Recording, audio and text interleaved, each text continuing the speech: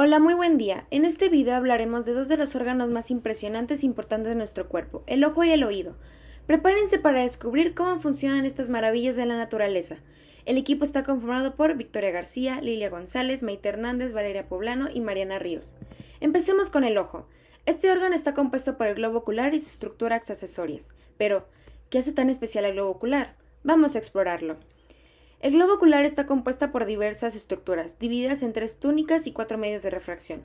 La túnica más externa, también llamada túnica fibrosa, está compuesta de la córnea y la esclera, que es esta parte más externa que podemos ver de color carne. La córnea ocupa una sexta parte del ojo, el cual es mayormente avascular, excepto su tercio más proximal. Forma dos uniones importantes, el limbo esclerocorneal, que es la unión entre la esclera y la córnea, y el ángulo iriocorneal, que como su nombre lo indica, forma un ángulo entre el iris y la córnea. Las otras quintas sextas partes del globo ocular corresponden a la esclera o esclerótica. Su función es proteger, dar forma al ojo y servir de punto de inserción y anclaje para los músculos extrínsecos. Está compuesta de dos estructuras importantes, el seno venoso o conducto de Schlemm, que es este marcado aquí, ubicado en el ángulo iridiocorneal, y su función es la resorción del humor acuoso. Y el espolón escleral, que es el punto de unión del músculo ciliar que más adelante veremos. La segunda es la túnica media o vascular, también conocida como uvea, compuesta de 3 estructuras. La coroides, que es la parte vascular que irriga el ojo, esta llega a la ora serrata y de ahí nace el cuerpo ciliar, que se divide en dos, el músculo ciliar, del cual hablaremos más adelante, y el proceso ciliar, que son pliegues que producen el humor acuoso, manteniendo la presión intraocular, nutre el cristalino y a la córnea. El iris está delante del cuerpo ciliar. Le da color al ojo, el cual se define entre los 6 y 10 meses. Además, separa la cámara anterior de la posterior y regula la entrada de luz. Esta es la estructura que podemos ver en la parte media, marcada de color azul. La túnica interna o nerviosa procesa los datos visuales antes de enviar impulsos nerviosos hacia los axones que forman el nervio óptico.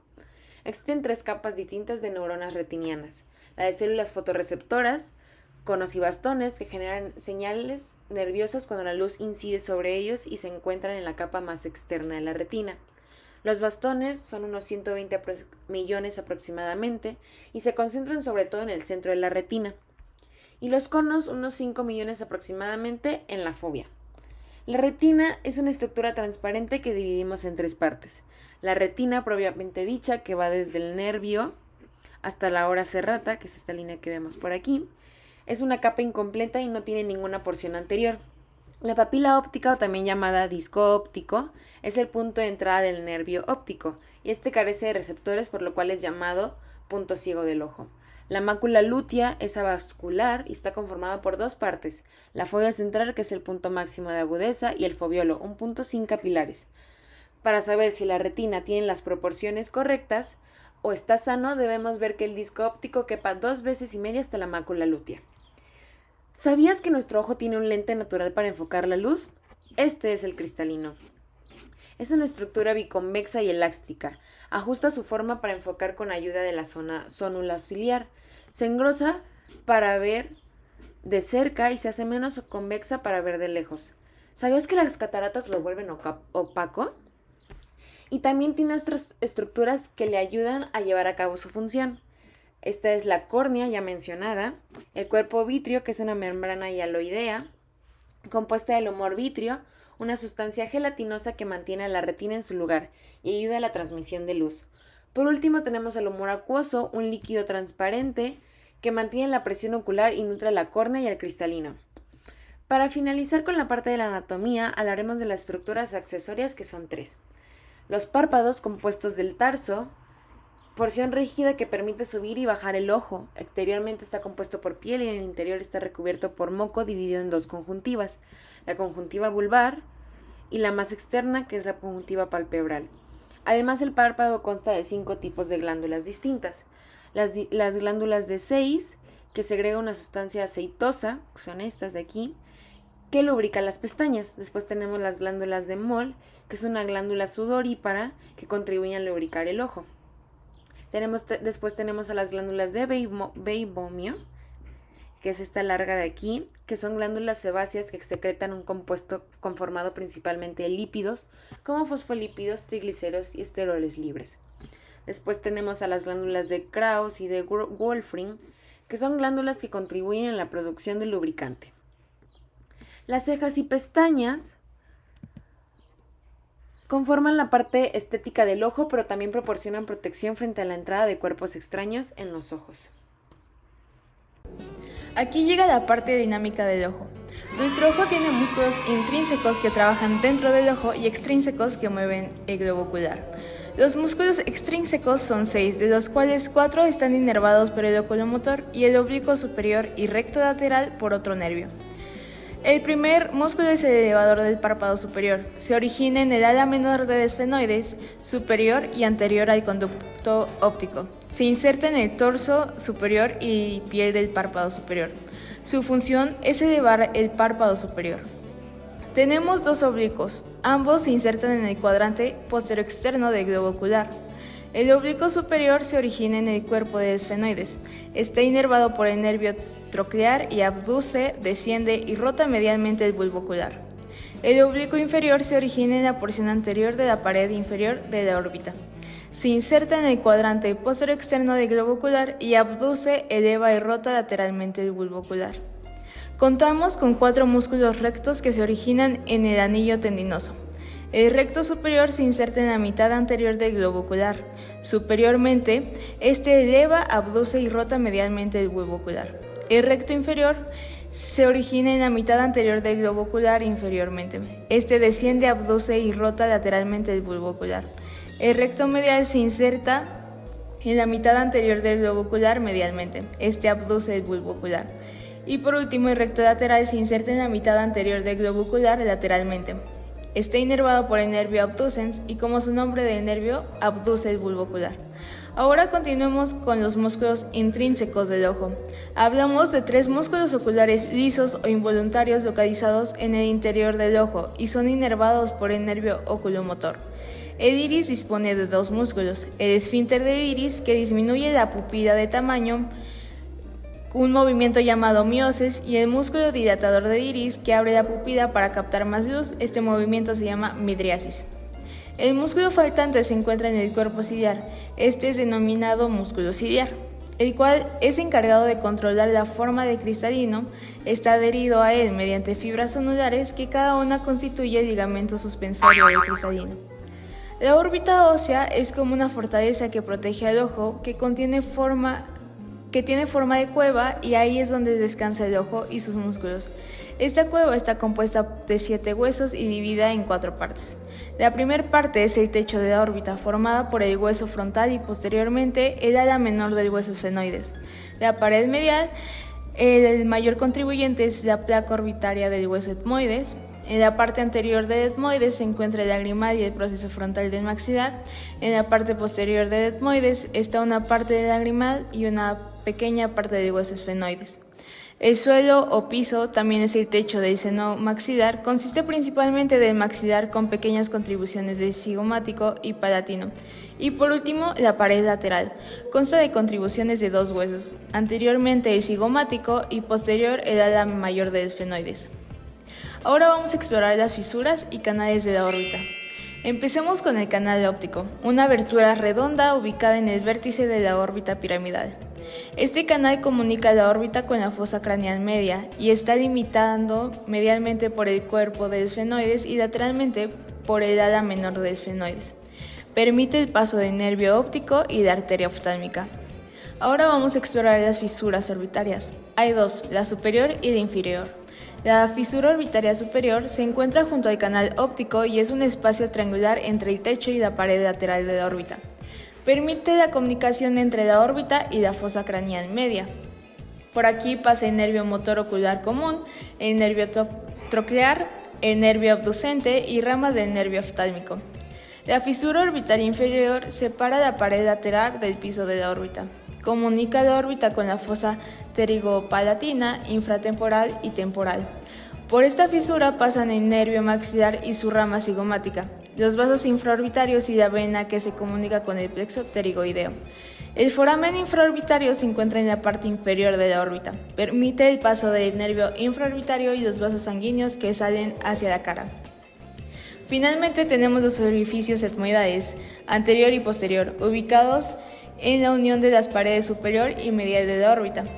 Estos proporcionan salidas para los nervios y vasos etmoidales, permitiendo la comunicación entre la órbita y el hueso etmoides. La órbita se articula mediante 9 suturas distintas, las cuales son la sutura frontomaxilar que une el hueso frontal con el proceso frontal del maxilar, la sutura cigomático-maxilar que une el hueso cigomático con el maxilar, la sutura frontoetmoidal se encuentra en la pared media de la órbita uniendo el frontal con el etmoides, la sutura frontocigomática que une el hueso frontal con el cigomático, la sutura esfenofrontal o frontoesfenoidal que une el hueso esfenoides con el frontal, la sutura esfenocigomática que une el ala mayor del hueso esfenoides con el cigomático, la sutura frontolagrimal que une el hueso frontal con el lagrimal, la sutura esfenoetmoidal que une al ala menor del esfenoides con el etmoides, la sutura lágrimo-maxilar que une el hueso lagrimal con el maxilar. Estas suturas son articulaciones fibrosas inmóviles que permiten mantener la estructura ósea de la órbita estable y proteger al globo ocular. Ahora imaginen que el ojo es como un barco en alta mar, necesita estar bien sujeto para no perderse en la órbita. Ahí es donde entran los ligamentos. Los ligamentos de contención medial y lateral son como los cables que sostienen al barco, pero en versión ocular. Son expansiones triangulares de las vainas de los músculos rectos medial y lateral, que se unen al hueso lagrimal y cigomático, limitan la abducción y aducción del ojo. Ahora los de contención inferior provienen de la vaina fascia del recto inferior y se encarga de retraer el párpado inferior cuando miramos hacia abajo. Es como el asistente personal del párpado inferior. El ligamento suspensorio del bulbo ocular es el maestro de la estabilidad. Es una mezcla de ligamentos de contención y la fascia de los músculos rectos y oblicuo inferiores. Forman una hamaca que soporta y estabiliza al globo ocular. El ligamento pálpebral lateral y medial son como los guardianes de los párpados, uniendo los tarsos al borde lateral y medial de la órbita. Mantienen todo en su lugar y evitan que los párpados se descontrolen. Y por último, el ligamento suspensorio del cristalino. Este ligamento es como el director de la orquesta de enfoque visual, del cual ya hablamos anteriormente. Ahora hablemos de los tendones, los superconectores del ojo. El anillo tendinoso ocupa posiciones medial, lateral, inferior y superior en el vértice de la órbita. Formando un cono de músculos, es como el centro del mando de los movimientos oculares. El tendón del elevador. Este tendón es responsable de levantar el párpado superior. Sin él, tendríamos una mirada de recién levantados todo el tiempo. Ahora vamos a explorar el aparato lagrimal, que es fundamental para mantener la salud del globo ocular. Este sistema está involucrando en la producción, movimiento y drenaje de líquido de la superficie del ojo. Aparato lagrimal. Está compuesto de la glándula lagrimal que drena las lágrimas hacia sus conductos, de ahí a los canículos lagrimales, después al saco lagrimal y por último al conducto nasolagrimal. El ojo necesita combustible para funcionar, y este combustible llega a través de las arterias y las venas. La irrigación ocurre gracias a distintas arterias y para su entendimiento lo dividiremos en regiones.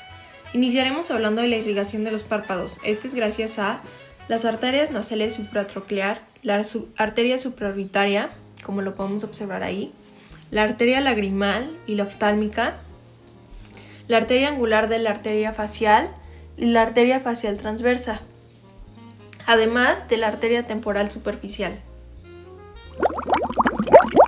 Bueno, ahora abordaremos las ramas de la arteria oftálmica.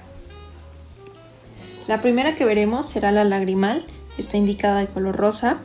Esta va a pasar a lo largo del borde superior del músculo recto lateral. En segundo lugar tenemos a la arteria nasal dorsal, esta igual recalcada de color rosa. Tenemos que va a discurrir a lo largo de la cara dorsal de la nariz, como su nombre lo dice. Luego tenemos a las dos ciliares posteriores, que son las cortas y las largas. Las posteriores cortas son las indicadas en la parte de arriba y las largas en la parte de abajo. Las ciliares posteriores van a atravesar las dos la esclera y las cortas lo que van a hacer va a ser que también van a discurrir en la periferia del nervio óptico. Luego tenemos un fondo de ojo. Aquí se puede observar la arteria central de la retina. Esta está indicada en un color azul. Y lo que va a hacer esta arteria central de la retina va a ser que va a atravesar la vaina externa del nervio óptico y va a discurrir hacia el bulbo ocular. Luego ya habíamos abordado estas dos arterias, pero las volveremos a mencionar. Esta es la nasal supratroclear y la supraorbitaria. La supraorbitaria va a discurrir superior y posteriormente desde el foramen supraorbitario y la supratroclear va a discurrir desde el borde supraorbitario. Ahora tenemos a las dos etmoidales, la anterior y la anterior superior y la posterior lateral indicadas. Estas dos etmoidales lo que van a hacer es que la posterior va a pasar a través del foramen etmoidal posterior, vaya su nombre, su redundancia, y el etmoidal anterior va a pasar a través del foramen etmoidal anterior, como ya se mencionó igual, equivalente a la otra arteria, hacia la fosa craneal anterior. Estas de igual manera se van a dividir dependiendo del área que drenen y bueno, vamos a ver las de la órbita. En este caso tenemos la oftálmica superior y esta va a atravesar la fisura orbitaria superior y va a penetrar el seno cavernoso. Y la oftálmica inferior, ahí están marcadas dependiendo su color, del color en la imagen. La inferior va a atravesar la fisura de la órbita superior y va a penetrar el seno cavernoso. Luego aquí tenemos una foto de un fondo de ojo y aquí podemos observar la vena central de la retina. Esta vena central de la retina va a penetrar directamente el seno cavernoso, pero va a poder unirse antes a una de las venas oftálmicas. Luego tenemos las vorticonosas, que en esta foto, como tiene demasiados venas, se observa en la parte superior lateral. Esta vena vorticonosa lo que va a hacer es procedente de la capa vascular del bulbo ocular y se drena en la vena oftálmica inferior. Esta ya la hablamos anteriormente. Y finalmente tenemos el seno venoso de la esclera. Este es una estructura vascular que va a rodear la cámara anterior del bulbo ocular y va a constituir la vía de retorno del humor acuoso a la circulación sanguínea. Bueno, esta inervación, vamos a ver cómo los nervios van a ser como cables que van a conectar el ojo al cerebro. Primero vamos a ver los primeros dos, que son el nervio óptico, es correspondiente al nervio craneal número 2. Y bueno, este va a ser puramente sensorial, ya que va a transmitir impulsos generados por estímulos ópticos y se va a desarrollar como dos extensiones anteriores al proencéfalo. Luego tenemos el oculomotor, este va a ser el nervio craneal número 3 y va a estar fraccionado en un ramo superior, que es lo que va a inervar al músculo recto superior y el elevador del párpado superior. Y el ramo inferior va a ser lo que va a inervar a los músculos rectos mediales inferiores e oblicuo inferior y bueno, este va a llevar fibras al ganglio ciliar. Luego tenemos el nervio troclear. Este va a ser el nervio craneal número 4 y va a pasar directamente al músculo inervado llamado oblicuo superior. Luego en esta misma diapositiva tenemos al abducens. Este es el nervio craneal número 6 y va a pasar directamente al músculo inervado recto lateral. Y aquí los vamos a observar. Luego tenemos al nervio oftálmico. Este va a tener 3 ramos terminales y van a ser el frontal, el nasociliar y el lagrimal. Este nervio va a atravesar la fisura orbitaria superior y va a inervar estructuras relacionadas con la parte anterior de la órbita, como lo puede ser la glándula lagrimal, los párpados, la cara y una parte de la piel cabelluda. Luego tenemos a los nervios ciliares. Estos los vamos a ver como largos y los cortos. Los cortos van a surgir del ganglio ciliar y se van a considerar como ramos del nervio oftálmico. Y los largos van a ser ramos del nervio nasociliar que llega al bulbo ocular sin pasar por el ganglio ciliar. Y finalmente tenemos a los etmoidales, el posterior y el anterior. Estos van a ser ramos del nervio nasociliar y van a surgir de la órbita y van a salir por las aberturas de la pared medial de la órbita para inervar mucosas del seno esfenoidal y celdillas etmoidales, además de las cavidades nasales, así como la dura madre de la fosa craneal anterior. profundidad la anatomía del oído. Analizaremos su estructura, irrigación, inervación, huesos y músculos de cada una de sus partes. El oído es el órgano de la audición y equilibrio. Se divide en oído externo, oído medio, oído interno. El oído externo y medio están relacionados con la transferencia del sonido y el oído interno aloja los órganos y receptores de la audición y equilibrio. Empezaremos con el oído externo. El oído externo, comprende la aurícula que recoge el sonido y el conducto auditivo externo que conduce hacia ese sonido hacia la membrana timpánica. La aurícula o oreja es una lámina de cartílago elástico cubierta por piel delgada donde presenta varias depresiones y elevaciones. Se compone del hélix, el borde elevado de la oreja, el antihélix, que es el borde más pequeño, paralelo y anterior al hélix, la concha de la oreja, que es la depresión más profunda, el obulillo, formado por tejido fibroso, grasa y esno cartilaginoso, el trago, que es proyección en lengüeta que recorre el poro del conducto auditivo externo, el antitrago, que está opuesta al trago por encima del obulillo. La irrigación del oído deriva principalmente de las arterias auricular posterior y temporal superficial. La inervación ocurre gracias a los nervios auricular mayor, que inerva el dorso de la oreja y parte frontal del oído, y el nervio auriculotemporal, ramo del nervio mandibular del trigémino. Inerva la piel de la cara anterior de la superficie lateral de la aurícula, incluyendo el borde de la concha, la cruz del hélix y el trago. La piel de la concha está inervada en su mayoría por la rama auricular del vago, con una contribución del nervio facial. Después tenemos al conducto auditivo externo, que se extiende hacia el interior hasta la membrana timpánica. Este está dividido en 3 tercios: el tercio lateral, que se encuentra en forma de S, es cartilaginoso y está recubierto con piel. Los 2 tercios mediales, que son óseos, están revestidos de piel delgada hasta la parte externa de la membrana timpánica, el cual contiene glándulas seruminosas y sebáceas. En el tejido de la porción cartilaginosa, el cual produce serum, que es la cerilla, nos sirve como barrera de protección y repelente de pequeños insectos y bacterias, que por medio de esta, cuando se examina el oído con un otoscopio, se puede visualizar la membrana timpánica. Este se utiliza de forma general para la exploración del conducto auditivo externo y de la membrana timpánica, donde suele ser visible un reflejo brillante de luz denominado cono de luz, como aquí está señalado.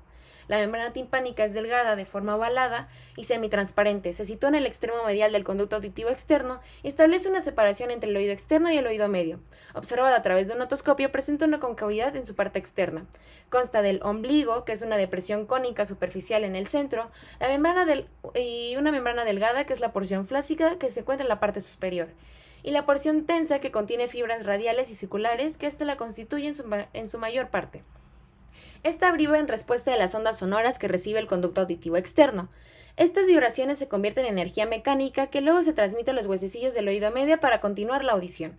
La inervación de la membrana se recorre los 2 tercios superiores de la superficie externa de la membrana, inervados principalmente por el nervio auriculotemporal. La piel de las paredes posterior e inferior del meato y el tercio postero-inferior de la superficie externa de la membrana timpánica son inervados por el ramo auricular del vago. La superficie interna de la membrana timpánica recibe inervación del nervio glosofaringio. Numerosos músculos intrínsecos y extrínsecos están asociados con la aurícula. Los músculos intrínsecos pasan entre las partes cartilaginosas de la aurícula y pueden cambiar la forma de esta. Estos son los músculos mayores del hélix, menor del hélix, del trago, del antitrago, transverso de la oreja, el oblicuo de la oreja, el piramidal de la oreja y de la escotadura del hélix. Los músculos extrínsecos juegan un papel importante en el control de la posición del pabellón auricular, originándose en el cráneo y uniéndose en el mismo pabellón auricular. El músculo auricular anterior tiene un origen en la fascia temporal, aponeurosis epicranial y una inserción en la espina del hélix. Después tenemos al músculo auricular posterior, que tiene un origen en el proceso mastoides. En el proceso mastoides, tendón músculo esternocleidomastoideo, y tiene su inserción en el pontículo de la eminencia de la concha. Después tenemos al músculo superior, que tiene un origen en la aponeurosis epicranial y su inserción va a la superficie del pabellón auricular.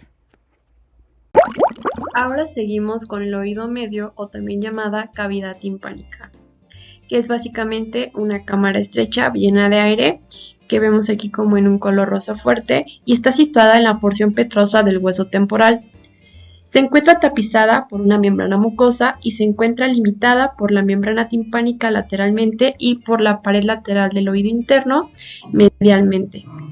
Va a constar de dos partes principales, que es toda la cavidad timpánica y el receso epitimpánico superiormente aquí en esta parte.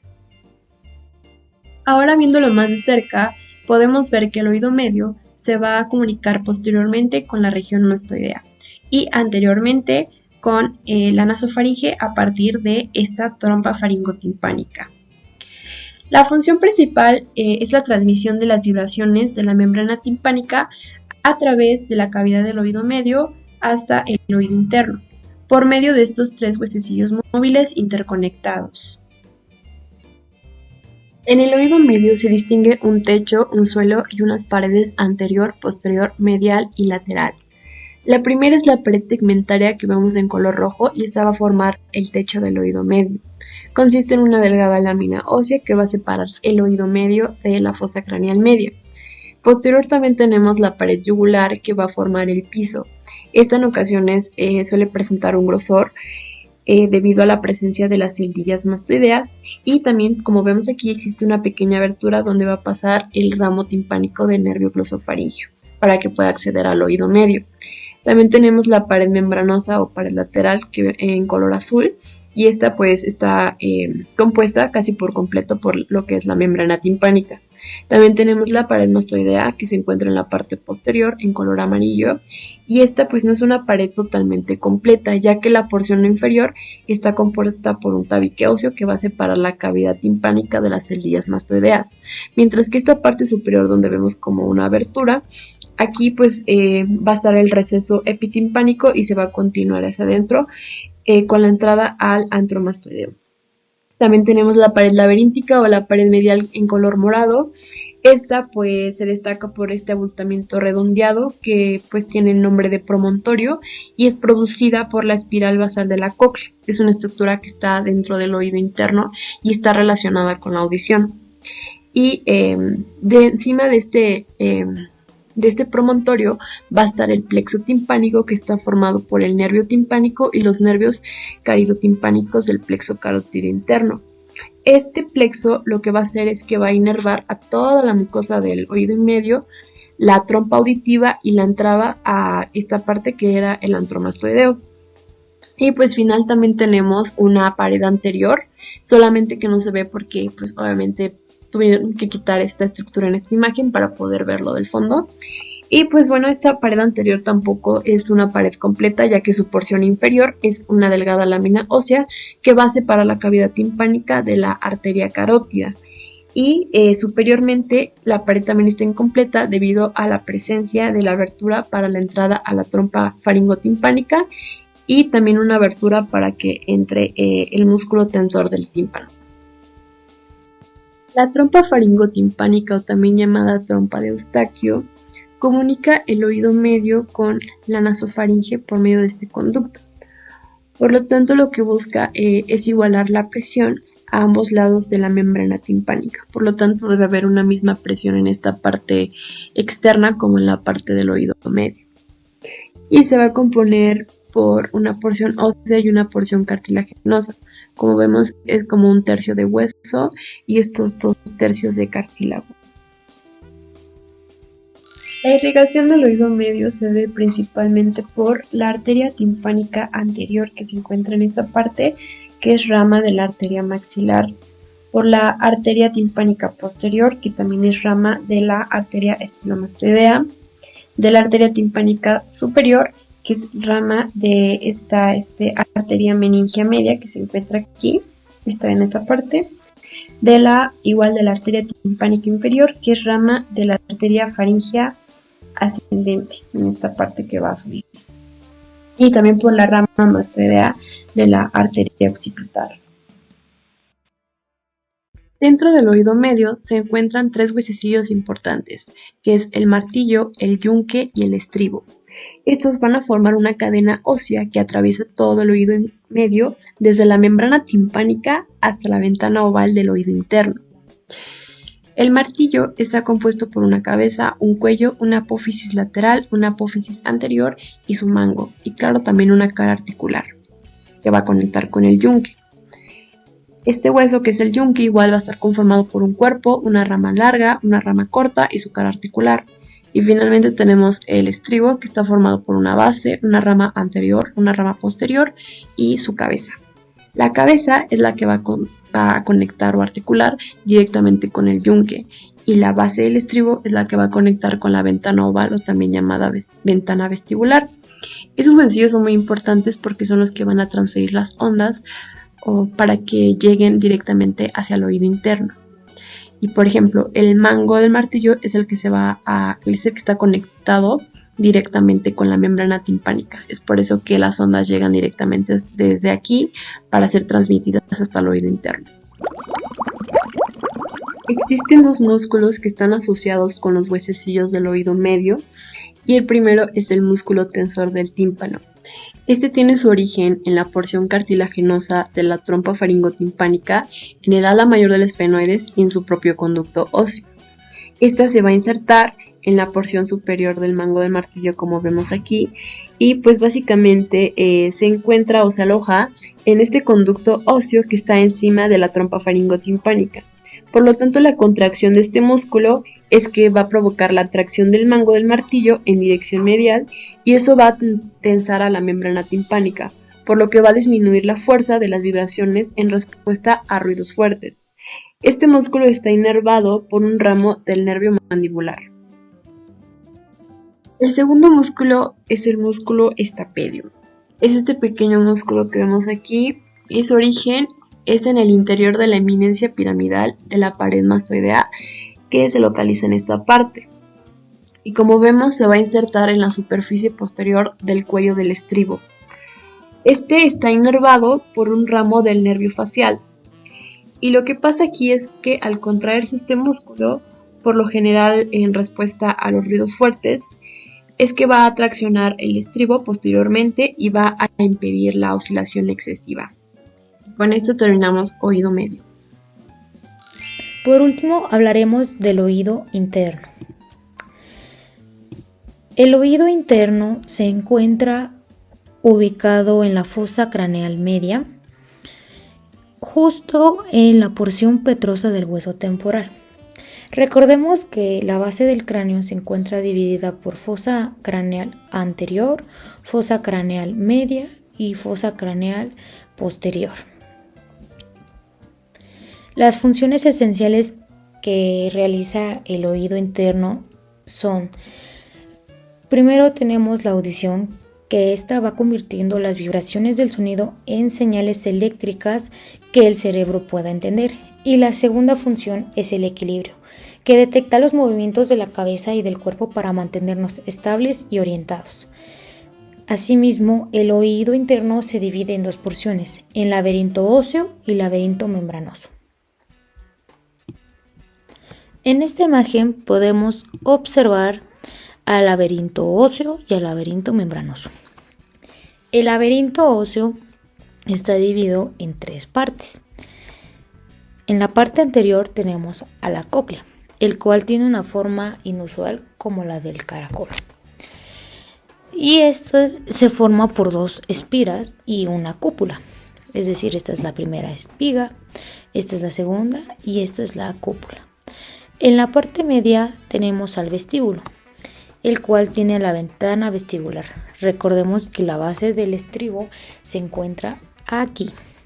Y en la parte inferior del vestíbulo tenemos a la ventana coclear, o también llamada redonda. Y en la parte posterior tenemos a los conductos semicirculares. Tenemos al semicircular anterior, semicircular lateral y semicircular posterior. Los tres se continúan del vestíbulo por medio de las ampollas óseas, que cada uno tiene una, 2, 3. Ahora, estas cavidades óseas están revestidas de periósteo y contienen un líquido llamado perilinfa. Dicho líquido actúa como colchón de agua para evitar que el laberinto membranoso choque contra el hueso y transmita de mejor manera los impulsos eléctricos al cerebro. La función del laberinto óseo también es poder proteger al laberinto membranoso de cualquier choque o golpe que éste pueda tener. Entonces recordemos que al interior de este hueso tenemos a la perilinfa. Bueno, después el laberinto membranoso se encuentra dentro del laberinto óseo y este está formado por los conductos semicirculares, el conducto coclear y los sacos, que son dos, el sáculo y el utrículo, que sería acá. Este es el sáculo y este es el utrículo. Estas estructuras membranosas están llenas de endolinfa, la cual transportan al cerebro la información relacionada con la audición. El conducto coclear, que es el caracol, es el órgano encargado de la audición, mientras que los conductos semicirculares, el utrículo y el sáculo, o sea, estos tres, son los órganos que se encargan del equilibrio. Bueno, en esta estructura podemos ver a nuestro laberinto óseo en color morado y a nuestro laberinto membranoso en color azul. En la parte del vestíbulo podemos encontrar dos estructuras, el sáculo y el utrículo. El sáculo funciona para percibir movimientos verticales arriba y abajo, y el utrículo funciona para percibir movimientos horizontales adelante y atrás. Otra estructura que podemos encontrar del vestíbulo es el acueducto vestibular, el cual es un conducto estrecho que atraviesa el hueso temporal y desemboca en la superficie posterior de la porción petrosa del temporal. Adentro de este conducto tenemos al saco endolinfático. Y bueno, pasamos a la cóclea. La cóclea podemos ver que viaja en tres espacios. Tenemos al canal vestibular, al conducto timpánico y al conducto coclear. También tenemos el nervio coclear. Más haciendo un zoom, podemos encontrar el conducto vestibular en la parte anterior. En la parte media tenemos el conducto coclear y en la parte posterior tenemos el conducto timpánico. Viéndolo más a fondo, estos forman tres giros, los cuales tienen por nombre el giro basal, el giro medio y el giro apical. Estos se encuentran enrollados, por así decir, al modiolo, que es esta estructura que se encuentra al centro de ellos. Y tenemos que estos son dos rampas. Tenemos a la rampa vestibular y a la rampa timpánica. En medio siempre va a estar el conducto coclear. Pero bueno, estos se comunican gracias al helicotrema, que es una pequeña hendidura en medio de las dos rampas para poderse comunicar. Por último, tenemos la inervación, la cual se da por el octavo par craneal llamado nervio vestibulo-coclear. Sabemos que sale o emerge del puente del encéfalo directo al meato acústico interno. De aquí se divide en nervio coclear y nervio vestibular. Como podemos ver, el nervio coclear se va directo al caracol para poder proporcionarnos la audición, mientras que el nervio vestibular se va hacia las ampollas de los conductos semicirculares para proporcionar el equilibrio del cuerpo.